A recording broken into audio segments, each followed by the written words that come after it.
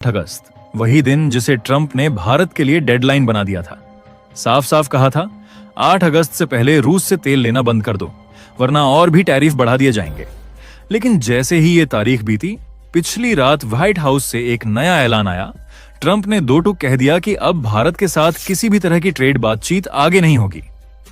इस खबर को इकोनॉमिक टाइम्स समेत भारत के बड़े बड़े मीडिया हाउस ने कवर किया। हेडलाइन थी, Trump rules out trade, talk with India amid 50% tariff dispute until.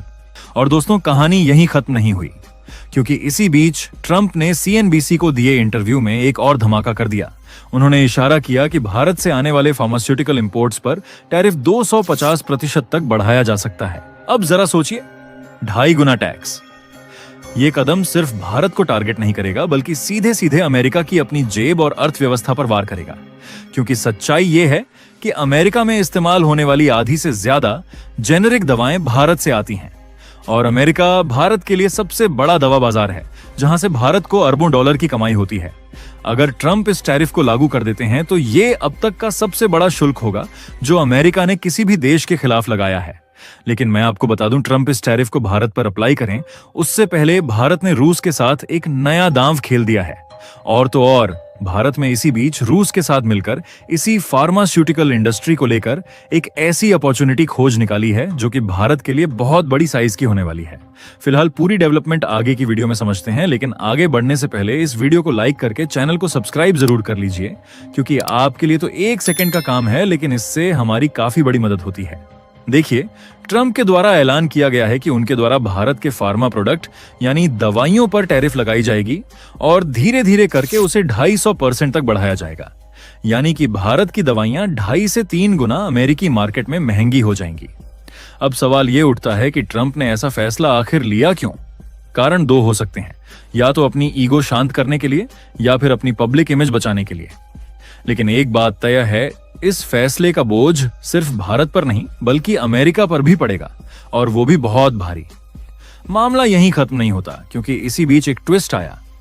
Trump ने भले कह दिया कि अब बातचीत नहीं होगी, लेकिन उनके ही एक करीबी एडवाइजर ने बयान देकर सबको चौंका दिया। उन्होंने कहा, इंडिया के साथ हमारी बातचीत जारी है, भारत हमारा स्ट्रैटेजिक पार्टनर है। अब यहां सवाल खड़ा होता है, असली फैसले ले कौन रहा है, ट्रंप खुद या फिर उनकी टीम? यहीं से कहानी और भी दिलचस्प हो जाती है। ट्रंप का यह बयान दुनिया भर की मीडिया में छा गया।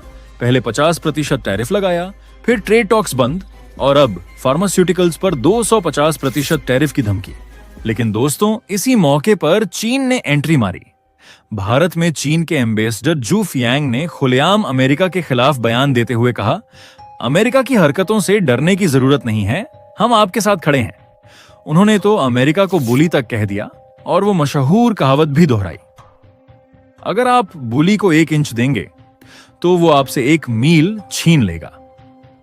अब ये कदम बहुत ही रेयर है, क्योंकि चीन आमतौर पर भारत अमेरिका तनाव में चुप रहता है या दोनों को क्रिटिसाइज करता है। लेकिन इस बार उसने सीधे सीधे भारत का सपोर्ट किया। हाँ, कुछ एक्सपर्ट्स मानते हैं कि चीन ये सिर्फ अपने फायदे के लिए कर रहा है, ताकि खुद को ग्लोबल साउथ का लीडर दिखा सके और अमेरिका को आक्रामक व अविश्वसनीय साबित कर सके। पर कारण चाहे जो भी हो, ये साफ हो चुका है कि इस बार भारत अकेला नहीं है, और ये बात अमेरिका के लिए बड़ा संदेश है। अब आते हैं वापस ट्रंप के 250% टैरिफ प्लान पर। उन्होंने दावा किया कि इसका मकसद अमेरिका में लोकल दवा उत्पादन को बढ़ावा देना है। मगर हकीकत यह है दोस्तों, भारत को दुनिया की दवा फैक्ट्री कहा जाता है। अगर अमेरिका भारत को ब्लॉक करता है तो वहां की दवाओं की कीमतें कई गुना बढ़ जाएंगी। उदाहरण के लिए, फार्मैक्सिल के आंकड़ों के अनुसार अभी अगर किसी जेनेरिक दवा की कीमत अमेरिका में $10 है और उस पर 25% ड्यूटी लगती है, तो दाम बढ़कर $35 से भी ऊपर पहुंच सकता है। अब सोचिए, अगर 250% टैरिफ लगा दिया जाए तो कीमत कितनी उछल जाएगी, अंदाजा लगाना भी मुश्किल है। वित्त वर्ष 2024 में भारत ने अमेरिका को $8.7 अरब यानी लगभग 76,113 करोड़ रुपए की दवाओं का निर्यात किया था। अकेले अमेरिका में भारतीय दवाओं का हिस्सा 31% से ज्यादा है, और वहां इस्तेमाल होने वाली करीब आधी जेनेरिक दवाएं भारत से जाती हैं। इसलिए यहां तक कि ऑस्ट्रेलिया के हेल्थ मिनिस्टर ने भी चेतावनी दी है, अगर ये टैरिफ लागू हुआ तो सबसे ज्यादा नुकसान अमेरिकी नागरिकों को होगा, क्योंकि 40% से ज्यादा जेनेरिक मेडिसिन्स या तो अचानक महंगी हो जाएंगी या फिर अमेरिकी बाजार से गायब हो सकती हैं। इसके असर से अमेरिका का मेडिकेयर बजट, इंश्योरेंस प्रीमियम और हॉस्पिटल बिल सब आसमान छू लेंगे और ये बोझ सीधे अमेरिका की अर्थव्यवस्था पर गिरेगा। पहले से ही अमेरिका के ऊपर $37 ट्रिलियन से ज्यादा का कर्ज है और ऐसे कदम से उसके आर्थिक घुटने टूट सकते हैं। यानी ये एक ऐसा कदम है जो भारत से ज्यादा अमेरिका को ही चोट पहुंचाएगा। अब आप पूछेंगे, आखिर ऐसा क्या है कि इस फैसले से भारत पर कम और अमेरिका पर ज्यादा असर होगा? तो इसका जवाब छुपा है पिछले साल छपी स्पुतनिक की एक रिपोर्ट में। उस रिपोर्ट में साफ साफ बताया गया कि भारत पश्चिमी देशों को पीछे छोड़ते हुए रूस का सबसे बड़ा फार्मास्यूटिकल सप्लायर बनता जा रहा है। और वजह भी साफ है, रूस भारत को एक बड़ा सहयोगी और विश्वसनीय दवा आपूर्तिकर्ता मान रहा है। हाँ, शुरू में भारत की फार्मा कंपनियों को रूसी मार्केट में पैर जमाने में कई चुनौतियों का सामना करना पड़ा, लेकिन आज रूस की फार्मा मार्केट का आकार $45 बिलियन का बताया जाता है। अगर भारत इस बाजार में बड़ी हिस्सेदारी ले ले तो हमारी कंपनियों के लिए अरबों डॉलर की नई कमाई का दरवाजा खुल जाएगा। जानकारों का मानना है कि रूस ने भारत के लिए यह रास्ता लगभग साफ कर दिया है, क्योंकि रूस का इशारा है, अगर अमेरिकी मार्केट में भारत की फार्मा इंडस्ट्री को दिक्कत आती है तो रूस उसे पूरी तरह एक्सेप्ट करने के लिए तैयार है। इसकी पुष्टि हाल ही में आई इंडियन फार्मा आउटलुक की रिपोर्ट से भी होती है।